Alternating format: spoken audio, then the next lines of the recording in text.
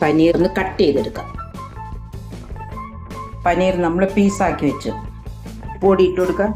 മഞ്ഞൾപ്പൊടി ഇടാം, മുളക് പൊടി ഇടാം, ഗരം മസാല ഇടാം, ഇഞ്ചിയുടെ പൗഡർ ഇടാം, 1 സ്പൂൺ അരിപ്പൊടി ഇടാം. അല്പം വെള്ളം ഒഴിച്ചു കൊടുത്ത് നമുക്കതൊന്ന് ഇളക്കിയെടുക്കാം.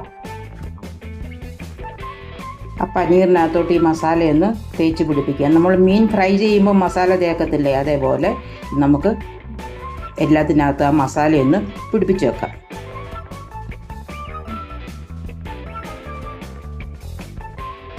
അതിനകത്ത് മസാല പുരട്ടി വെച്ച് നമുക്കിത് അരമണിക്കൂറൊന്ന് അടച്ചു വെച്ചേക്കാം. അതിൻ്റെ ഓയിൽ ചൂടായി അതിനകത്ത് ഞാൻ ചെറിയ കറിവേപ്പില ഇട്ടിട്ടുണ്ട്. നമുക്ക് ഓരോന്നൊന്ന് ഫ്രൈ ചെയ്തെടുക്കാം. മാറി നിൽക്കണം. ചെറിയ തീയിൽ നമുക്കൊന്ന് മൊരിച്ചെടുക്കാം. നമുക്ക് തിരിച്ച് പൊടിഞ്ഞു പോകരുത്. എല്ലാം തിരിച്ചിട്ടു.